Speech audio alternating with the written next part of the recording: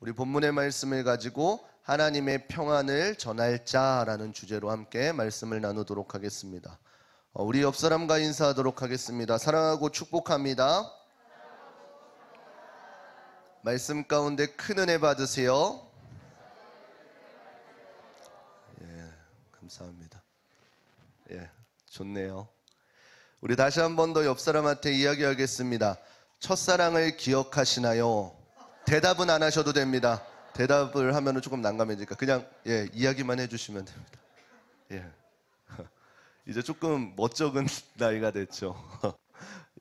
오늘 본문인 이 에베소서의 말씀을 보게 되면은 우리가 기억나는 것이 있습니다. 그것은 뭐냐면은 이 요한계시록의 말씀들 가운데에 7교회 중에 이제 첫 번째 나오는 에베소 교회에게 하신 말씀이 바로 이 첫사랑에 관한 부분이기 때문입니다. 우리 계시록 2장 4절 우리 함께 읽어보도록 하겠습니다. 함께 읽겠습니다.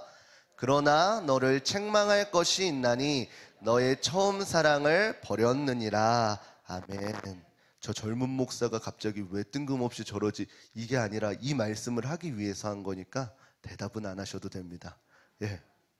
이 계시록에 나온 것을 보게 되면은 이 에베소 교인들에게 칭찬할 것이 있었고 책망할 것이 있었는데, 칭찬할 것은 무엇이냐면은 예수 그리스도의 이름을 위해서 다른 핍박과 어떠한 어려움들을 잘 견뎠다라고 이야기하고 있습니다. 그리고 그 이름에 힘써서 게으르지 않고 하나님의 말씀대로 살아갔다라고 이렇게 기록하고 있습니다. 그럼에도 불구하고 반면에 책망할 것이 있으니 내가 너희에게 이렇게 너희는 처음 사랑을 버렸느니라 라고 이렇게 하나님의 사랑을 저버린 에베소 교회에게 이야기가 나오게 되어지는 것입니다. 이방인의 교회로 하나님의 은혜를 누렸던 이 에베소 교회가, 그 에베소 교회가 어떠한 은혜가 있었는지 오늘 말씀을 통해서 배우고, 그리고 또한 오늘날 우리에게 하나님께서 하시는 말씀을 들을 수 있는 귀한 시간이 되시기를 주님의 이름으로 축원합니다. 우리가 너무나도 잘 아는 것과 같이 당시에 이제 이방인들이라고 하는 것은 이제 이스라엘 사람들한테 사람 취급을 못 받는 자들이었습니다. 이스라엘 사람들은 그 당시에 어땠냐면은 자신들만이 하나님의 언약된 백성이고 선택받은 백성이라고 하여 선민사상이라는 우월주의에 빠져 있어서 이방인들과 함께 있는 것조차도 싫어했습니다. 그래서 다른 민족들을 완전히 이방인 취급해버리고 개, 돼지 이런 동물들과 부정한 취급을 하면서 말을 걸지도 않고 가까이 있지도 않고, 하물며 길을 지나갈 때에 이방인의 나라는 지나가지 않고 이렇게 뺑 돌아갈 만큼 이방인들을 멸시하면서 무시하였습니다. 그러나 하나님의 마음은, 하나님께서 이스라엘 백성을 택하신 마음은 그러한 마음이 아니셨습니다. 하나님께서 이 출애굽 때 그리고 그 전부터의 이스라엘 백성들을 택하신 이유는 다른 이유가 하나도 없었습니다. 그냥 아무것도 없던 그 이스라엘 백성들을 하나님께서 택하셔서 하나님의 이름을 이스라엘 백성들을 통해서 널리 증거하고자 하였다라는 것입니다. 그런데 이러한 것들을 잊어버리고 자신들만 하나님께 선택받았다라는 이러한 잘못된 것으로 인해서 이러한 일들이 일어났다라는 것입니다. 원래 하나님의 말씀대로 하려면은 이스라엘 백성들이 하나님의 능력으로 놀라운 일들을 많이 경험하고 주변 나라들이 이스라엘 백성들 가운데 함께 하시는 하나님을 경험하면서 이스라엘 백성들은 이분이 정말로 우리의 하나님이시다, 하나님이 정말로 참된 하나님이시다 라는 이 사실을 증거했어야 되는데, 이러한 것들을 잊어버리고 시간이 흘러가서 이제는 이방인들을 완전히 배척하게 되어진다라는 이러한 일들이 일어난 것입니다. 그런데 오늘 본문 가운데 이제 바울이라는 사람을 통해 다시금 이방인들에게 하나님의 복음이 선포하게 하신 것입니다. 그래서 바울은 이 전도 여행 중에 이제 에베소 교회에 하나님의 복음이 흘러가고, 그 에베소 교인들은 예수 그리스도의 복음을 듣고 그 전에 알지 못하였던 예수 그리스도다라는 이러한 복음들을 이제 새롭게 듣게 되어진 것입니다. 우리 에베소서 2장 13절 함께 읽어보도록 하겠습니다. 함께 읽겠습니다. 이제는 전에 멀리 있던 너희가 그리스도 예수 안에서 그리스도의 피로 가까워졌느니라. 아멘. 이처럼 이제 그전에는 이방인들 그리고 그리스도인들 이렇게 나뉘어졌던 것, 이스라엘 백성들 이렇게 나뉘어졌던 것이 다른 이유가 아니라 오직 예수 그리스도의 피로 하나 되게 하셨다라는 것을 증거하고 있는 것입니다. 혹시 아까 서두에 이야기했던 거, 인사했던 거 기억나시나요? 첫사랑을 기억하시나요?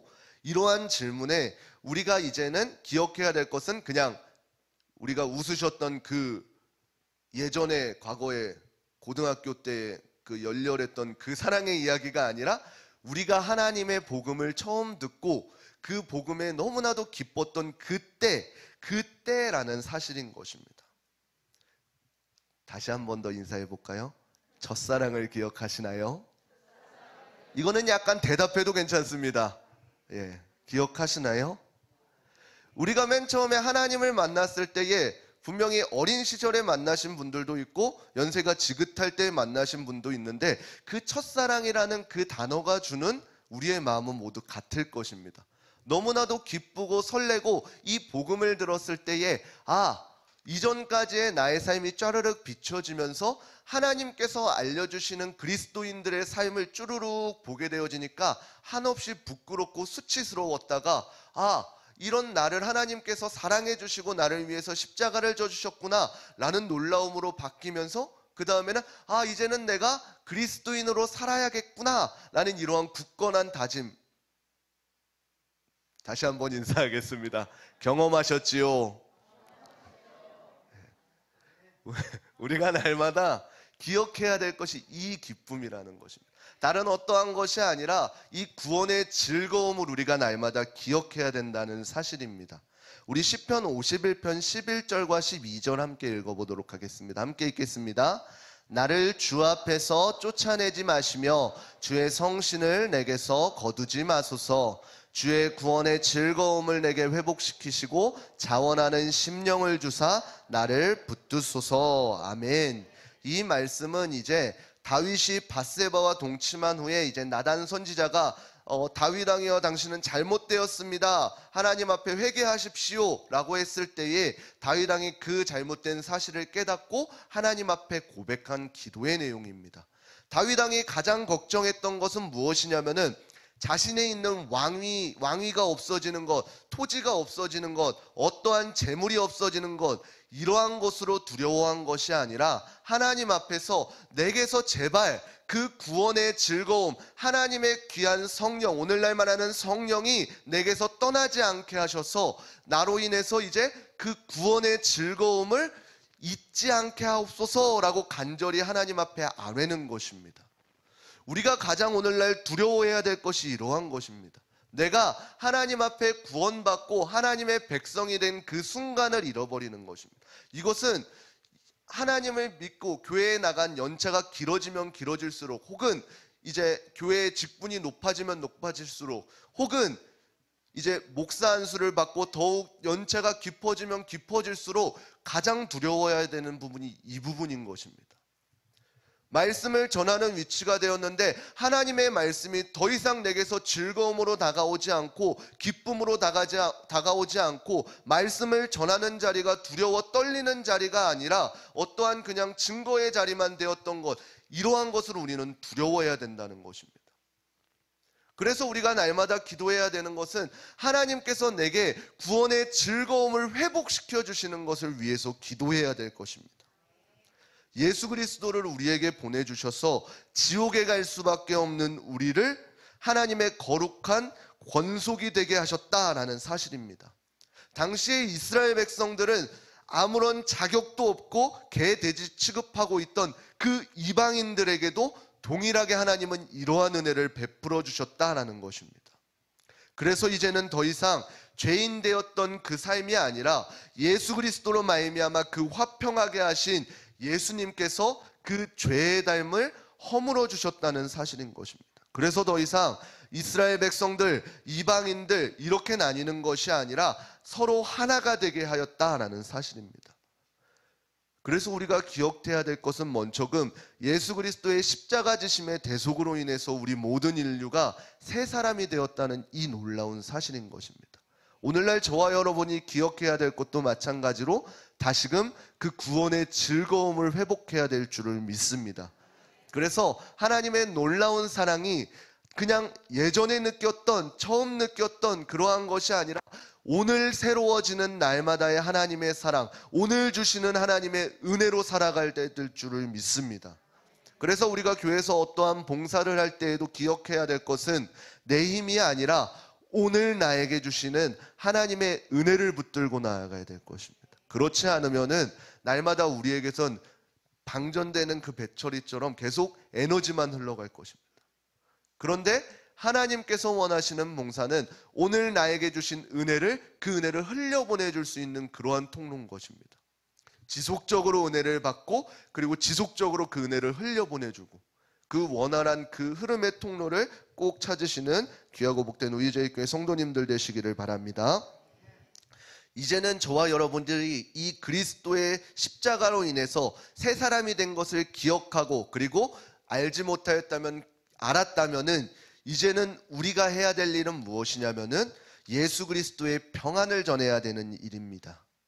새 사람이 된 자들이 예수 그리스도의 평안을 전하는 가장 좋은 방법은 무엇이냐면은 다른 어떠한 말들, 다른 어떠한 일들이 아니라 바로 내가 받은 은혜를 전하는 것일 것입니다. 그리고 그 은혜를 가장 잘 아는 사람 또한 공교롭게도 나 자신이다라는 사실입니다. 아까 말했듯이 그 첫사랑을 기억한다면은 내가 얼마나 큰 죄인인지 다른 사람들은 몰라도 저는 알잖아요. 제가 여러분들의 죄를 안다는 게 아니라 나 자신의 죄는 다른 사람들은 몰라도 나는 알잖아요. 이 사람을 하나님께서 예수 그리스도를 보내주셔서 구원받게 하셨다면은 그 놀라운 기쁨이 우리에게 안 넘칠 수가 없다라는 사실인 것입니다. 그래서 이러한 새 사람이 된 자들에게 오늘 본문에서는 에베소서 2장 19절 말씀 함께 읽어보도록 하겠습니다. 함께 읽겠습니다. 그러므로 이제부터 너희가 외인도 아니요 손도 아니요 오직 성도들과 동일한 시민이요 하나님의 권속이라. 아멘. 이렇게 고백하고 있습니다. 이제 우리가 예수 그리스도의 죄 사함을 받은 한 사람 한 사람들이라면 이제 우리가 어떠한 외인 이방인들이 아니라 어떠한 손님이 아니라 하나님의 권속이다라는 사실입니다. 제가 이제 조금 젊은 세대에 속하다 보니까 이 권속이란 뜻을 잘 몰랐어요. 그래서 사전적 의미를 찾아보니까 한 집에 거느리고 사는 식구 이렇게 나오고 있습니다. 저는 이 말이 참 좋은 것 같습니다. 성령 안에서 우리는 모두 하나님의 권속들이다라는 것입니다. 성령 안에서 한 집에 거느리고 사는 우리 모두가 식구다라는 사실인 것입니다. 그래서 우리는 하나님의 권속으로서 우리는 서로 돌봐 주어야 한다라는 것입니다. 저는 그래서 그런 의미에서 이번에 연탄 나누기, 사랑의 연탄 나누기 전교인 걷기 대회가 너무나도 좋은 것 같습니다. 왜냐하면은 제가 이렇게 행사를 한다는 것을 이제 교회에 안 다니는 그 예전 고등학교 친구들한테 이야기했더니 그 친구들이 뭐라고 했는지 혹시 아시나요? 말도 안 했는데요, 그죠? 그 친구들이 저한테 뭐라 그러냐면은 너네는 너네는 이렇게 걷기도 하고 돈도 내냐 이렇게 이야기하는 것입니다. 너네가 힘을 들여서 걸어가고 돈도 낸다고? 이게 세상적인 눈으로는 이해가 안 되는 것입니다. 만약에 우리가 걷는다면은 받아야죠. 만약에 돈을 낸다면은 걷지 말아야죠. 이것이 제 친구들이 생각하는 이 마인드인 것 같습니다. 그런데 우리가 중요한 것은 무엇이냐면은 내가 하나님께 구원받은 자리라는 것을 알기 때문에 우리는 그리고 다른 사람들이 동일하게 나와 같이 그러한 은혜를 받은 자들이라는 것을 생각하면은 그리고 권속이라면은 식구라면은 어떻게 안 나눌 수가 있겠습니까? 저에게 형이 있습니다. 만약에 형이 쫄딱 쓰면 안 되지. 안 돼요. 형이 집안해줘야 돼요. 저희 집안은. 형이 망했어요. 그러면 어떻게 하겠어요? 제가? 이제 망한 형이니까 이렇게 팽 이렇게 할까요? 아니에요. 저도 어렵지만 그 어려운 것을 쪼개서 한 반절까지는 너무 많고 3분의 1 정도만 도와주겠죠. 왜요? 어쩔 수 없는 가족이기 때문에. 반면에 형이 잘 된다면은 기도합니다. 그것이 바로 하나님의 권속들이라는 것입니다. 그래서 제가 저희 중고등부 친구들도 매번 강조하는 게 언젠간 옆에 있는 사람이 제가 어려울 때 그 사람들을 통해서 나에게 회복시켜 주신다라는 사실인 것입니다. 하나님께서 진정으로 원하시는 것은 무엇이냐면은 이러한 권속들의 관계, 우리가 지금 예배를 드리고 있는 이 관계, 바로 교회라는 사실인 것입니다. 새 사람이 된 자들, 그리고 평안을 전하는 자들, 우리 모두가 하나님의 권속이 되어서 이제는 이러한 수평적인 관계에서 하나가 되었다면 하나님과의 관계 가운데에 최선을 다할 수 있어야 된다는 것입니다. 그리고 그러한 공동체가 바로 교회라는 사실인 것입니다. 그래서 혼자만의 신앙은 결코 없다라는 사실입니다. 오늘날 많은 젊은 친구들이 저 포함입니다. 저도 젊은 친구. 그렇지만 저는 그렇게 생각하지 않지만 많은 젊은 교회 안 나가는 많은 친구들이, 여러분들 가나안 성도들 많이 들어봤죠. 이제 설교 때도 간혹가다 나오니까 이것을 바꿔서 이제 거꾸로 해서 안 나가 성도들 이렇게 하면서 나는 예수님을 믿는데 교회는 나가기 싫어, 교회는 진절머리나 라는 이러한 사람들이 젊은 사람들 가운데 많이 있습니다. 그래서 어디에 종교를 적으라 그러면은 기독교 적습니다. 그러나 교회는 나가지 않습니다. 그래서 누가 물어보면은 너 무슨 종교야? 그럼 나는 기독교야. 근데 너 교회 안 나가잖아 라고 하면은 나는 교회가 싫어서 예수님은 믿는데 안 나가는 거야. 이런 친구들이 너무나도 많다는 것입니다. 근데 저는 그러한 친구들에게 꼭 이야기해주고 알려주고 있는 것이, 하나님께서 진정으로 원하시는 것은 그것이 아니다라는 사실입니다. 하나님께서는 분명히 한 사람 한 사람이 하나님 앞에 바로 서는 것을 원하십니다. 근데 그것만을 원하시지는 않습니다. 왜냐하면은 하나님께서는 그 교회라는 공동체를 너무나도 사랑하셔서 그 예수 그리스도의 핏값으로, 예수 그리스도의 이름으로 교회를 세워주셨기 때문입니다. 많은 친구들이 그렇게 이야기합니다. 그러한 가나안 성도들이 이렇게 이야기합니다. 내가 하나님 앞에서 바로 서 있으면 그만이지 뭐가 문제냐? 그런데 문제되는 게 뭔지 아세요? 우리의 신앙은 날마다 업다운을 지속한다는 것입니다. 날마다 하나님 앞에 충만하고 열정적이고 그러면은 괜찮아요. 이것도 부족하지만 그럼에도 불구하고 우리가 낮아질 때, 때로는 기도조차 할 수 없이 낮아질 때에 하나님께서 회복시키시는 방법은 물론 말씀으로도 회복시키시지만 성령의 충만한 사람들을 통해서도 회복시켜 주신다는 사실입니다. 그래서 우리가 기도할 수 없을 만큼 힘이 붙이고 연약할 때 우리는 어디에 가야 되냐면은, 그래서 교회에 가라라는 것입니다. 왜냐하면은 하나님께서는 분명히 개인에게 주시는 하나님의 놀라운 임재와 은혜가 있지만 그룹 가운데, 공동체 가운데에 주시는 하나님의 동일한 은혜가 있기 때문인 것입니다. 내가 하나님과의 관계가 잘 맺어지지 않는다면 그 공간 가운데 충만하신 하나님의 은혜를 경험하기 위해 교회에 나가는 것입니다. 기도 안 해도 됩니다. 하나님께서 그 공간 가운데 임재하시는 그 하나님의 은혜를 통해서 찬양 가운데, 말씀 가운데, 기도 가운데 깨닫게 해주시는 것입니다. 그러한 은혜가 있기 때문에, 반면에 내가 충만한데 무슨 문제야? 이러는 성도들에게는 어떻게 이야기해야 되나요? 네가 지금 충만하다면은 너는 그것을 흘려보내주는 자의 위치가 있어야 된다라는 사실입니다. 분명히 우리도 언젠간 그 흘림을 받을 사람들이기 때문에, 그래서 하나님께서는 이 교회라는 공동체를 굉장히 완벽하고 아름답게 세워주신 것입니다. 멈춰서 우리끼리만 즐거워 행복해 이것이 아니라 날마다 새로운 성도들이 일어나고 연약한 사람들이 회복되어지고 이방인들이 예수님을 알지 못하는 사람들이 예수의 복음을 듣고 하나님의 새로운 사람이 되어지는 것이 날마다 교회 가운데에 증거돼야 된다는 사실입니다. 그래서 저는 여러분들이 모두 전도했으면 좋겠어요. 전도가 다른 것이 아니라 우리의 삶을 하나님의 은혜 가운데 충실히 살아갈 때에 세상 사람들은 그것을 보고 의아할 것입니다. 우리의 모습, 형편, 현재의 위치들이 어떤지 알기 때문에. 제 친구들이 저한테 하는 말이에요. 너는 가진 것도 없고 이렇게 직설적으로는 이야기 안 해요. 그냥 왜 기쁘냐? 이 말에 다 담겨 있어요. 아무것도 없고 힘든 상황이든 왜 기쁘냐? 그러면 저는 그때 이야기해 주는 거예요. 나는 하나님을 알고 예수님을 알고 내가 가야 될 곳을 알고 있다 라고 하면은 그 친구들은 뭐라 그러는지 아세요? 그 친구들은 돈도 많이 벌어요. 어느 정도의 위치도 있어요. 그렇지만 너는 하고 싶은 것을 하면서 살고 있구나 라고 하면서 너무나도 부러워하더라고요.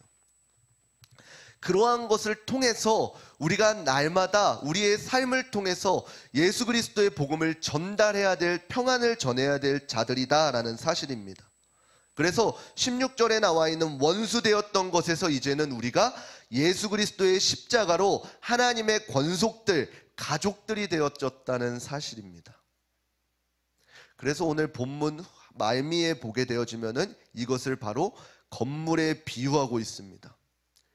이건 우리가 이제 조금 와닿을 수 있을 것입니다. 혹시 리모델링 하는 본당 가보셨나요?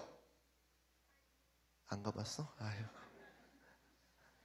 그럼 주일 예배 때 꼭 동영상 보세요. 우리 김성호 목사님이 열심히 만들어주신 동영상. 거기 보면은 이제 처음에 뼈대, 골격들이 쭉쭉쭉쭉 나와요. 그런 것을 보게 되면은 건물이 진짜 내부를 다 뜯어냈는데 견고해요. 왜냐하면은 그 주춧대는 기둥들은 건드리지 않았거든요.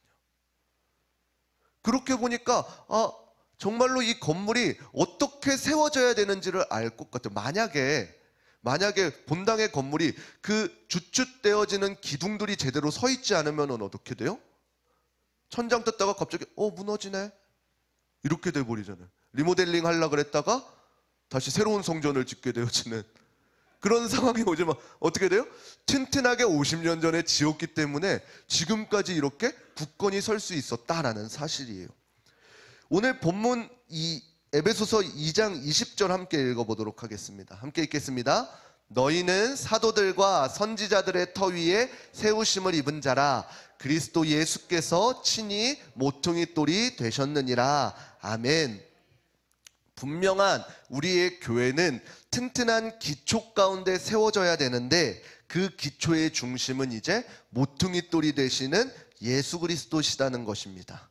그리고 그 기초들을 세우는 역할들이 바로 사도들과 선지자들이 그 과정들을 했다라는 것입니다. 결국에는 그리스도의 복음은 진리를 가르치고 전파한 사도들의 권위 위에 세워졌다는 것인데 복음의 말씀들 가운데에 이 기초가 세워졌다는 것. 다른 것이 아니라 너네는 교회 다녀야 된다 이런 것이 아니라 바로 이 복음에 근거해서 기초가 세워져야 된다는 사실입니다. 우리가 이것은 마태복음 7장에서도 너무나도 알 수 있는데 그 앞에서 5장부터 쭉 보게 되어지면은 이제 예수님께서 산상수훈의 말씀들을 쭉 하십니다. 복 있는 자는 이렇게 하시면서 가늠하지 말라 이런 식으로 이야기하시면서 쭉 하나님의 자녀들이 어떠한 것을 지켰으면 좋겠는지 교훈의 말씀들을 하십니다. 그리고 그 끝에 보게 되면은 뭐라고 말씀하시냐면은 이제 너희는 이 말을 듣고 행하는 자마다 그 집을 반석 위에 세우는 자들이다 라고 이렇게 이야기하고 있습니다. 하나님의 말씀 안에서 우리가 교회를 세워간다면 그것은 내면적인 교회, 우리 공동체적인 교회 마찬가지입니다. 이러한 교회들을 세워간다면 그 어떠한 것이 흔들릴지라도 우리는 흔들리지 않는다라는 것입니다. 우리는 결국 이제 성령 안에서 하나님의 거할 처소가 되기 위해서 계속해서 지어져가는 진행형이라는 것입니다.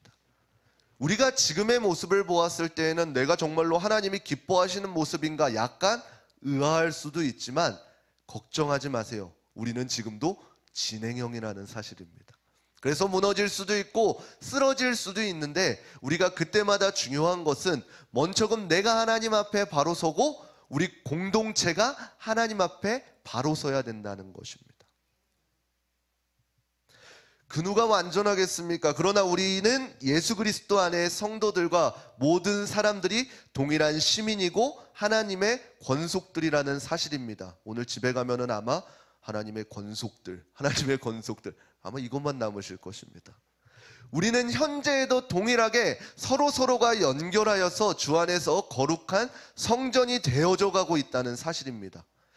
본당이 리모델링하고 있는 만큼 우리도 날마다 그리스도 안에서 새 사람이 되어져 가고 날마다 공동체 가운데 새 사람이 되어져 가는 리모델링이 우리 가운데 이루어지고 있다는 사실입니다. 우리 옆사람과 마지막으로 인사하도록 하겠습니다. 우리는 하나님의 권속들입니다. 부족하고 연약할지라도 우리는 함께 세워져 가는 공동체라는 것입니다. 내가 부족할 때에는 이제 옆 사람이 나를 위해 기도해주고 옆 사람이 나를 위해 중보해 주면서 이렇게 세워져 가는 공동체라는 것입니다. 우리가 오늘 말씀 가운데 기억해야 될 것은 우리는 예수 그리스도의 십자가의 은혜로 하나님의 권속이 되었다는 사실입니다. 이 강력한 구원의 은혜가 내게 세워져 있을 때에 우리는 평안의 복음을 전할 수 있다는 사실입니다. 우리가 사망에서 그리고 원수되었던 것에서 이제 하나님의 가족이 되었다는 것, 그리고 내 옆사람 또한 이러한 동일한 은혜를 받은 사람들이라는 것입니다. 나만 소중해가 아니라 우리에게 주신 사랑이 큰 만큼 내 옆사람에게도 받은 은혜가 크다라는 사실인 것입니다. 그리고 동일하게 예수님을 알지 못하는 자들에게도 하나님의 이러한 복음이 필요하다는 사실인 것입니다. 그래서 우리 한 사람 한 사람이 하나님의 크신 은혜를 경험하고 그리고 하나님의 평안을 전하는 전달자가 되어서 많은 원수된 자들, 하나님을 알지 못하는 자들을 예수 그리스도의 복음으로 새 사람이 되게 하고 그 사람들을 교회라는 공동체로 세워주셔서 언젠간 나를 위해서 기도해 줄 수 있는 어떤 걸로요? 예수 그리스도의 모퉁이 돌로요. 하나 되어질 수 있는 귀하고 복된 공동체 되시기를 주님의 이름으로 축원합니다.